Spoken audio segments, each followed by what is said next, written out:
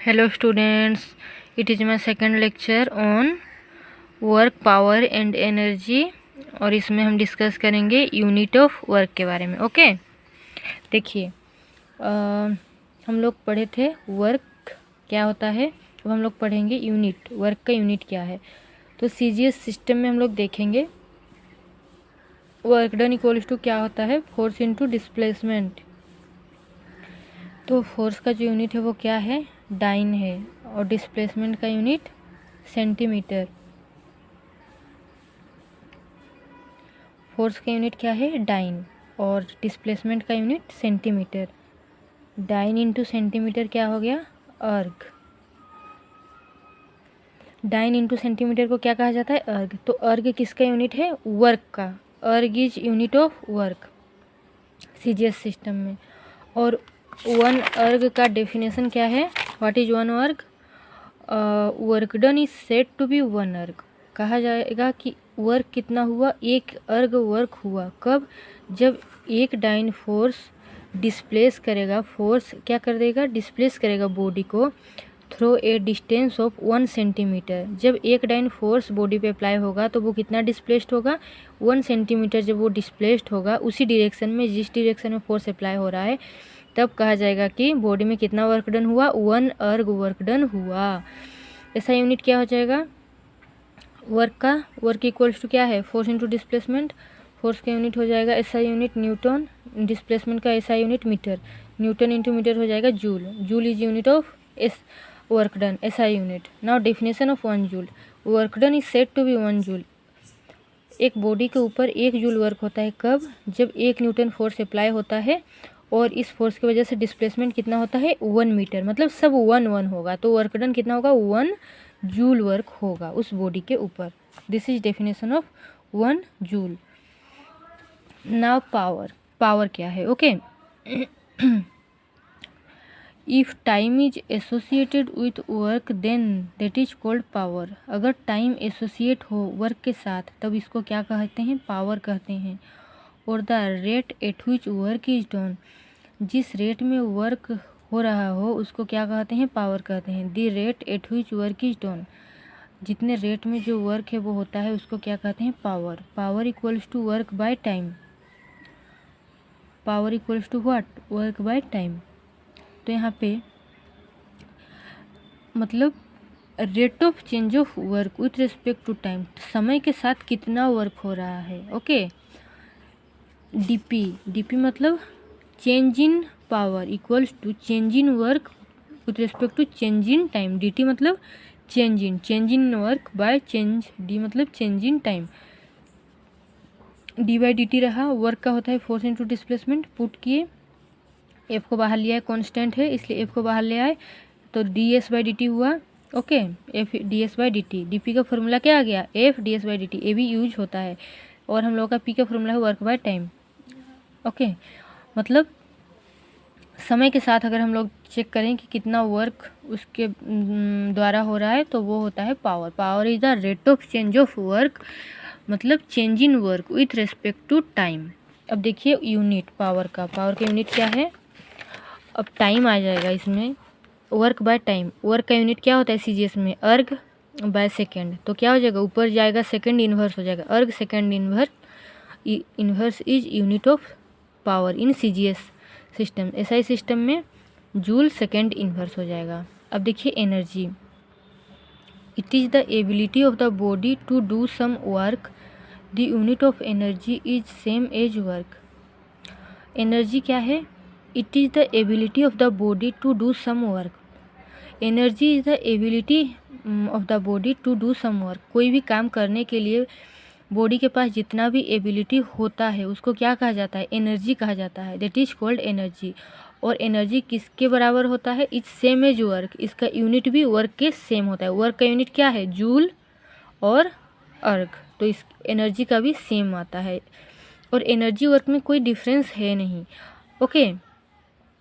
आप जितना काम करेंगे आपका एनर्जी, इसका मतलब उतना यूज होगा, तो आपके पास एनर्जी कितना रहेगा, उतना ही तो रहेगा जितना आपने काम किया। तो इसलिए वर्क एनर्जी जो है सेम ही चीज़ है। देखिए अब काइनेटिक, अब आप एनर्जी मतलब एबिलिटी ऑफ द बॉडी, कितना क्षमता है उसके पास कोई भी काम करने का। अगर वो 4 बाल्टी पानी भरा, मतलब काम कितना हुआ, वर्क डन कितना हुआ, 4 बाल्टी पानी भरा। एनर्जी इक्विवेलेंट है कि नहीं, उसके पास जितना एनर्जी था उतना ही तो काम करेगा। इसका मतलब उसका एनर्जी अगर कन्वर्ट करेंगे एनर्जी के फॉर्म में तो उसका work done equals to energy. Okay, work done के फॉर्म में अगर एनर्जी निकालेंगे तो वो दोनों सेम ही हैं।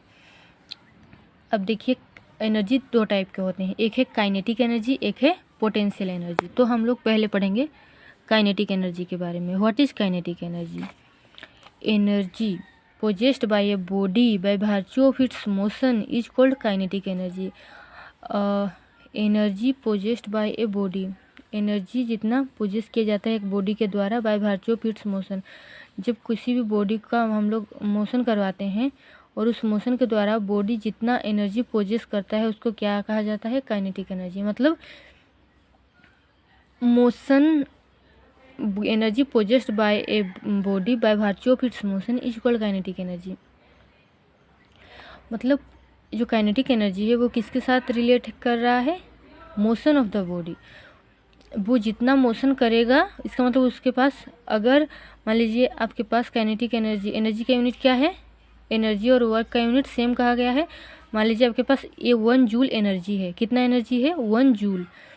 अगर आपके पास 1 जूल एनर्जी है तो 1 जूल एनर्जी के लिए अगर आपके पास 1 जूल वर्क एनर्जी है तो आप मान लीजिए 1 जूल एनर्जी के वजह से केवल इतना से इतना तक ही मोशन कर सकते हैं। एस यहाँ से ए से बी, तो इतना मोशन करने के लिए कितना एनर्जी चाहिए? 1 जूल। तो वो 1 जूल काइनेटिक एनर्जी होगा, क्योंकि वो मोशन करने में अगर वो यूज हुआ तो इसलिए वो काइनेटिक एनर्जी हुआ। अगर रेस्ट में रहते और आपके पास एनर्जी रहता तो वो एनर्जी आपका काइनेटिक एनर्जी, वो पोटेंशियल एनर्जी में आ जाता। अगर आप रेस्ट में हैं और आपके पास कोई एनर्जी है तो वो आपके पास जितना भी एनर्जी है वो पोटेंशियल एनर्जी होगा। लेकिन अगर आप मोशन कर रहे हैं और उस मोशन करने में जितना एनर्जी खर्च कर रहे हैं वो एनर्जी होगा काइनेटिक एनर्जी।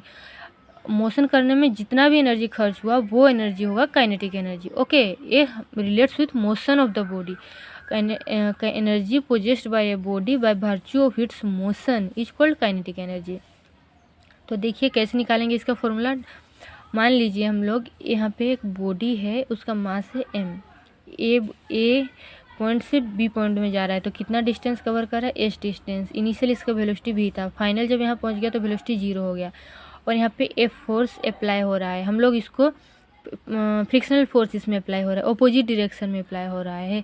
मतलब इस डायरेक्शन में हम लोग इसको मोशन करवा दिए, लेकिन फ्रिक्शनल फोर्स इस तरफ। हम लोग जानते हैं कोई भी सरफेस में अगर बॉडी है रफ सरफेस में तो फ्रिक्शनल फोर्स अप्लाई होता है। तो यहाँ पे रफ सरफेस में इसलिए यहाँ पे फ्रिक्शनल फोर्स मोशन के अपोजिट डायरेक्शन, इस डायरेक्शन में अप्लाई हो रहा है। ये क्या है? इसका एक्सेलरेशन, मोशन कर रहा है तो इसका A is the acceleration of the body. F is the frictional force in the opposite direction of the motion. F equals to क्या हो जाएगा?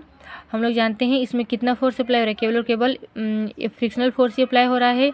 मतलब देखिए मोशन किधर है? हॉरिजॉन्टल डायरेक्शन में। हॉरिजॉन्टल डायरेक्शन में कितना फोर्स अप्लाई हो रहा है? केवल और केवल एक फोर्स। तो हम लोग जानते हैं equation of motion, sum of the forces equals to mass into acceleration. तो एक्सेलरेशन ए है, मास एम है, तो mass into acceleration equals to sum of the forces. तो इस डायरेक्शन में इस हॉरिजॉन्टल डायरेक्शन में फोर्स क्या है? केवल और केवल एक फोर्स। तो सम ऑफ द फोर्सेस मतलब एक ही फोर्स आएगा। नीचे जो mg एक्ट हो रहा है, ऊपर r, ये काउंट में नहीं है, ये दोनों वर्टिकल डायरेक्शन में। वर्टिकल में कोई मोशन नहीं है इसलिए इसको काउंट में नहीं लिया जाएगा, हॉरिजॉन्टल में काउंट में लिया जाएगा। तो इस फोर्स को हम लोग लिख सकते हैं equals to m into a. This is equation of motion, लिख दीजिए आप लोग ब्रैकेट में। इक्वेशन ऑफ मोशन कैसे लिखा जाता है? सम ऑफ द फोर्सेस, जितने भी फोर्स एक्ट हो रहे हैं उसका सम, उसका plus equals to mass into acceleration of the body. Let W be the work done. मान लीजिए ए से बी के जाने में इसके द्वारा, बॉडी के द्वारा जो वर्क डन हुआ, मान लीजिए वो क्या है? डब्ल्यू है। तो वर्क डन इक्वल्स टू हम लोग जानते हैं formula F dot S. F S, F और एस के बीच में एंगल कितना है? एफ इधर है, एस इधर है, दोनों में 180 डिग्री का एंगल है। 180 डिग्री आ गया, कोस 180 डिग्री। हम लोग बोले थे वेक्टर जब हट जाता है तो एफ हो जाता है, एस हो जाता है, और कोस एंगल इन दोनों के बीच में, कोस एंगल कितना है? 180 डिग्री, मतलब माइनस एफ एस। एफ का वैल्यू पुट किए m a minus m a into s. Work कितना आया? Minus m a into s. अब देखिए यहाँ पे इनिशियल वेलोसिटी क्या था v, फाइनल 0, हम लोग दिखाए हैं, आप लोग देख लीजिएगा पीछे लेक्चर में। एक्सेलरेशन क्या है a, डिस्टेंस कितना कवर किया s, तो हम लोग अप्लाई करेंगे रिलेशन कौन सा, हम लोग को क्या चाहिए, एनर्जी चाहिए, एनर्जी मतलब वर्क चाहिए, वर्क और work is same as energy, पहले बोला गया है वर्क एनर्जी के बराबर होता है, तो वर्क निकालेंगे। वर्क के लिए हम लोगों को यहाँ पे वर्क के फॉर्मूला में एक एक्सेलरेशन चाहिए, एक्सेलरेशन के लिए हम लोग ये फॉर्मूला यूज करेंगे, v² minus u square equals to 2s, final velocity 0, initial velocity क्या है v है, यहाँ पे v लिखा जाएगा, फाइनल वेलोसिटी यहाँ पे जो वेलोसिटी है वो क्या है, फाइनल वेलोसिटी v है, ओके v² यहाँ पे फाइनल वेलोसिटी क्या है, initial velocity v, initial u velocity v, final 0 minus v² equals to 2s, a आ गया माइनस v²/2s। अब हम लोग इसको पुट करेंगे वर्क वाले फॉर्मूला में, work equals to minus m into acceleration put किए इंटू s, अब आ गया कितना half m v², work equals to half m v², the work done is equal to the kinetic energy of the body, work done कितना हुआ body के द्वारा इतना, इसका मतलब यही इसका काइनेटिक एनर्जी होगा, किसका, बॉडी का, जितना वर्क डन हुआ वही वर्क डन क्या होगा, काइनेटिक एनर्जी होगा ऑफ द बॉडी, ओके। अब देखिए रिलेशन बिटवीन किसके बीच में, relation between work and kinetic energy के बीच में रिलेशन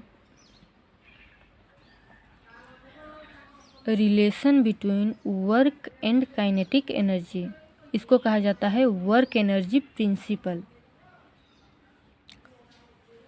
कोई भी बॉडी है, ठीक है, उस बॉडी के द्वारा जितना भी वर्क हो रहा है और उसका जितना भी काइनेटिक एनर्जी है वो दोनों सेम ही चीज़ है, ऊपर हम लोग पढ़े हुए हैं, ये दोनों चीज़ सेम है, तो कैसे इनका रिलेशन आ रहा है, ये होता है वर्क एनर्जी प्रिंसिपल। देखिए क्या हो रहा है, यहाँ पे एक एग्जांपल ले रहे हैं, यहाँ पर एक बॉडी है जिसमें फोर्स अप्लाई हो रहा है, यहाँ पे फ्रिक्शनल फोर्स नहीं है, यहाँ पर एक एक्सटर्नल फोर्स F इधर अप्लाई हो रहा है, इसकी वजह से मोशन इसी डायरेक्शन में है, तो यहाँ पे फोर्स F सेम डायरेक्शन में है, मोशन इस डायरेक्शन में है, initial velocity u, final velocity v। देखिए क्या कहता है प्रिंसिपल, पहले हम लोग डेफिनेशन देख लेते हैं। इट स्टेट्स दैट, मतलब दिस प्रिंसिपल, वर्क एनर्जी जो प्रिंसिपल है, this states that work done on the body और by the body, work done on the body क्या होता है, जो कि उस बॉडी के ऊपर वर्क किया जाए, उसको ठेल दे रहे हैं, इसका मतलब उस बॉडी के ऊपर वर्क हो रहा है, that is on the body, और बाय द बॉडी मतलब अगर ये खुद से चल के जा रहा है तो ये क्या कर रहा है, work done bye the body के द्वारा वर्क हो रहा है, तो ये हो गया बाय द बॉडी, चाहे इसके ऊपर हो चाहे इसके द्वारा हो, ये जो वर्क डन है is equal to its net change in kinetic energy. पहले तो हम लोग पढ़े थे वर्क डन एनर्जी के साथ क्या होता है, सेम होता है, वो किसके साथ सेम होता है, to its net change in kinetic energy के साथ, मतलब इनिशियल उसका कितना काइनेटिक एनर्जी था और फाइनल, ये दोनों का चेंज इन, मतलब इन दोनों को अगर माइनस कर देंगे इन दोनों एनर्जी को, वो होगा वर्क डन के बराबर। इनिशियल से फाइनल काइनेटिक एनर्जी को अगर हम लोग माइनस कर देंगे, that equals to work done by that body, इस समय के अंदर जो भी वर्क हुआ उसके बराबर होगा। If work is done on the body then its kinetic energy increases. और एक चीज़ याद रखिए, अगर work done on the body हो, इसके ऊपर अगर कोई वर्क हो तो इसका जो काइनेटिक एनर्जी है वो इंक्रीज कर जाता है। अगर work is done by the body, अगर एक खुद से वर्क करता है, इसका मतलब एक कम हो जाता है, इसका जो काइनेटिक एनर्जी है वो डिक्रीज कर जाएगा, पहले जितना था जब कुछ वर्क करने के बाद देखा जाएगा तो वो कम हो गया होगा। लेकिन मान लीजिए इसके ऊपर कोई वर्क हुआ तो इनिशियल इसका एनर्जी जितना था, तो मोशन करने के बाद वर्क होने के बाद देखा जाएगा तो क्या हो जाएगा, वो एनर्जी बढ़ जाएगा जब इसके ऊपर वर्क होगा, और जब इसके द्वारा होगा तो इसका जो एनर्जी है कम हो जाएगा। ओके, तो वर्क एनर्जी प्रिंसिपल क्या कह रहा है, समझ में आया? ओके, देखिए अब हम लोग इसको कैसे डेराइव कर रहे हैं। ओके, कैसे हम लोग इसको प्रूफ करेंगे।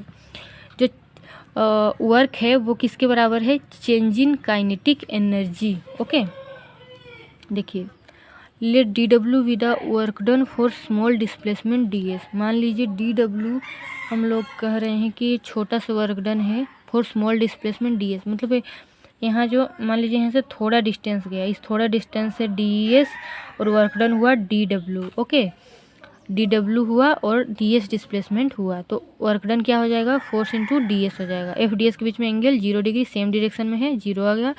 तो यहाँ पे क्या आ जाएगा, work done equals to F ds। अब फोर्स क्या होगा, जानते हैं, mass into acceleration ma.ds। If a is the, यहाँ पे ए क्या है, एक्सेलरेशन ऑफ द बॉडी। हम लोग जानते हैं एक्सेलरेशन का फॉर्मूला dv/dt, और हम लोग इसको पुट करेंगे इसमें, dw equals to m dv/dt.ds।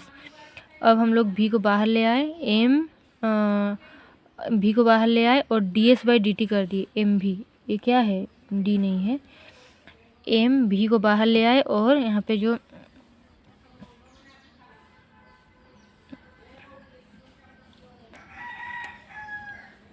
m dv/dt तो d, अच्छा हाँ, ds/dt क्या है, वेलोसिटी है, rate of change of displacement क्या होता है, वेलोसिटी, ये क्या होगा, dv, mv dv। ओके, आया बात समझ में, नहीं समझ में आया आप लोगों को, ds/dt क्या होता है, dv होता है, dw equals to mv dv। Okay, तो अब देखिए क्या हो रहा है यहाँ पे, now integrating both side from initial value to final value. Integration हमेशा कैसे होता है, इनिशियल वैल्यू नीचे, ऊपर फाइनल वैल्यू, तो इसका इंटीग्रेशन करेंगे, इधर भी इंटीग्रेट कर दिए, इधर भी इंटीग्रेट कर दिए, mv dv। Initial work done 0, final w, और यहाँ पे वेरिएबल कौन है, d के साथ कौन है, dv है, variable v velocity, initial u velocity था, final v initial velocity, final velocity. अब हम लोग इंटीग्रेशन करेंगे, dw का क्या हुआ, w minus 0 equals to m v²/2, initial u2 v, m/2 बाहर ले आए, यहाँ पे कैपिटल v² माइनस u², तो हाफ m v² माइनस, अलग अलग कर देंगे, minus half m small u²। तो v is the final velocity, u is the kinetic energy का फॉर्मूला क्या है, काइनेटिक एनर्जी का फॉर्मूला है हाफ m v², ये है।